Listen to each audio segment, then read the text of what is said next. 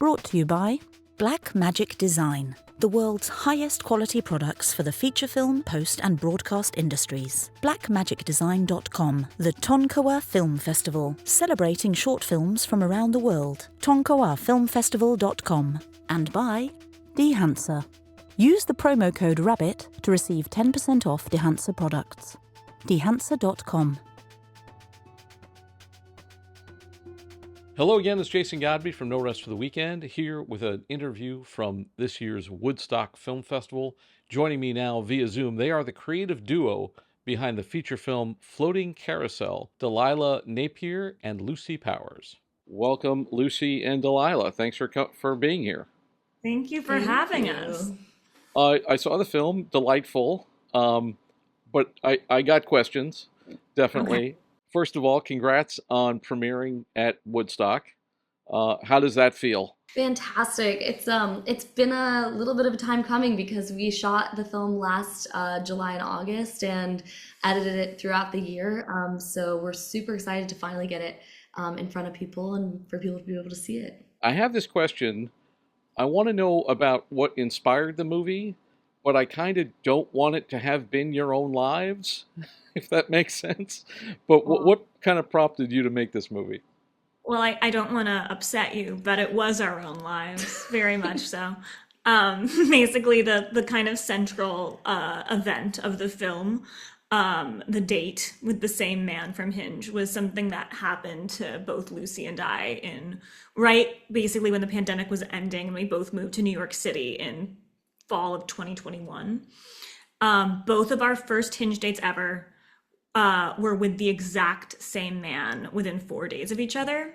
And we'd only downloaded the app again also like within a few days. Like Lucy went first. Lucy downloaded it a few days before me, had her date. I downloaded the app a few days later, had this date with the exact same person who literally had like followed the same exact script to a T, like the most calculated date in the world. We only put it together kind of like right as she was sort of on the date still. She texted me like, I'm terrified I'm on the date with the exact same man you were on. And, you know, we triangulated it and said like, oh my God, yes.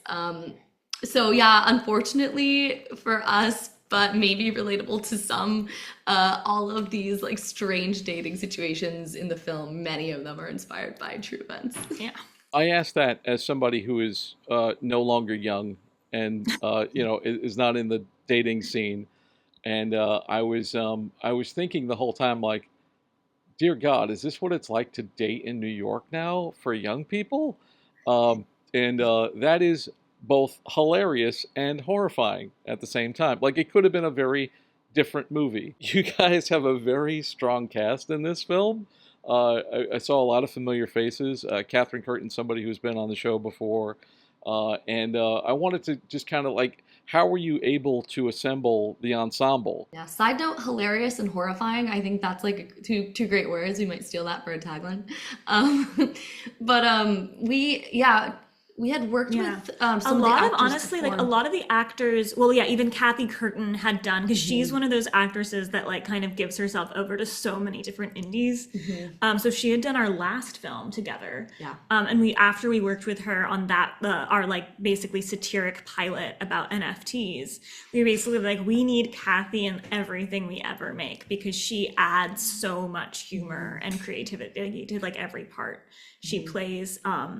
And then Jessica, I had done a play with Jessica Hecht, Dylan Baker, like, you know, it was like almost like theater, like honestly theatrical readings, because I think like because a lot of the like bigger name older New York actors we got into it were people that do theater. And I think the theater community just has such a tradition of like giving, and it's not about the money, you know, it's about just loving the craft and honestly supporting like younger artists often, I think too. Yeah, and the film actually started as like 3 short film scripts that we were kind of thinking of, you know, just doing as an outlet sort of during the strikes. And then as we kept thinking about it and even talking to more people, and every time we'd say we were making or thinking about films about dating, people would ask if they were a horror film.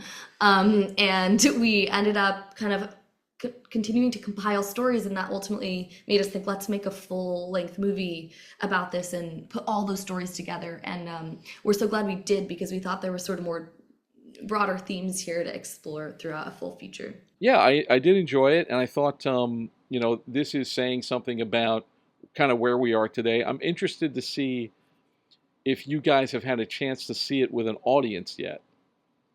No. Yeah. So this would be the first time at Woodstock. What's the anticipation there? Well, we've watched this film so many times now in our together throughout the edit as we edited it. And so I think something that we're looking forward to is just the idea that we've seen these jokes over and over and over. There's only so many times you can kind of like chuckle. So I'm really looking forward to seeing what people find funny, where the audience settles, and just like looking at it with fresh eyes, Yeah. which I think an audience will allow for, and seeing how people react, because also it is a comedy, but it's also not like a slapstick obvious comedy. Like I think there's going to be moments where people won't laugh, and I think there'll be moments where people laugh where we weren't expecting. Like, I think it's going to be one of those, like, I think it's the type of film where I think every audience will have a different reaction, because it's not one of those, like, it's a film that lives in complete gray areas. And because of that, I think reactions are going to vary. Do you have anything that you want people to get out of it in terms of like things you want the audiences to take away? sometimes just being able to kind of look at something in a comedic lens, especially because it's based on true, just true things that people are experiencing. We hope people will be able to see, okay, what's going right, what's going wrong, and maybe there's something that we want to understand or change about the way we're going about like approaching romance or just connecting with each other. We're just kind of in a transactional time that can feel very isolating to people. So sometimes just coming together and be able to laugh at that is something that we want to do with our films. Yeah, I think that's wonderfully said. I do think there is definitely something to be said. I know that there things are changing in terms of the way young people are getting together, and everybody's very like sort of terminally online.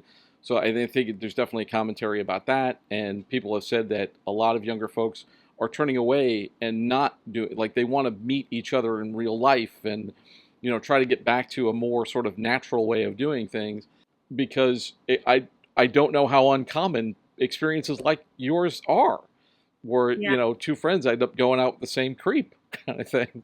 I don't know where you guys are. Is it because you're just premiering now? Do you want to do like a long festival run? Do you guys have plans for distribution yet? What's the future of the film? Yeah, that's all. We definitely are applying to a few more festivals, and otherwise we definitely would love to find distribution, but that's all we're still working on that. Yeah. So yeah, this is kind of our first public step, Woodstock is. So, and we're really hopeful and excited that people respond and relate to it. I think it'll be interesting to see like how this film and other films like it do, because some of them are getting picked up in various places. A lot of people are doing self-distribution right now, which is tricky, but it can be done now with the way things are online. So I do wish you a lot of luck, because I think this will resonate with a certain group of people, and hopefully they'll dig it. Anyway, that's about all I got. I would love to just ask real quick, where can people find out more about you and follow you and find out about the progress of the film? Well, we're on Instagram, Lucy Powers and Delilah Napier. And we also have now an Instagram for our production company, which we've named Drama House Pictures. So we've been posting about all of that, and we'll keep up all the Floating Carousel updates on there. Thanks so much, you guys. I appreciate you coming on the show. Thank you so much, Jason. Nice to meet you. This is the BTRP Media Network.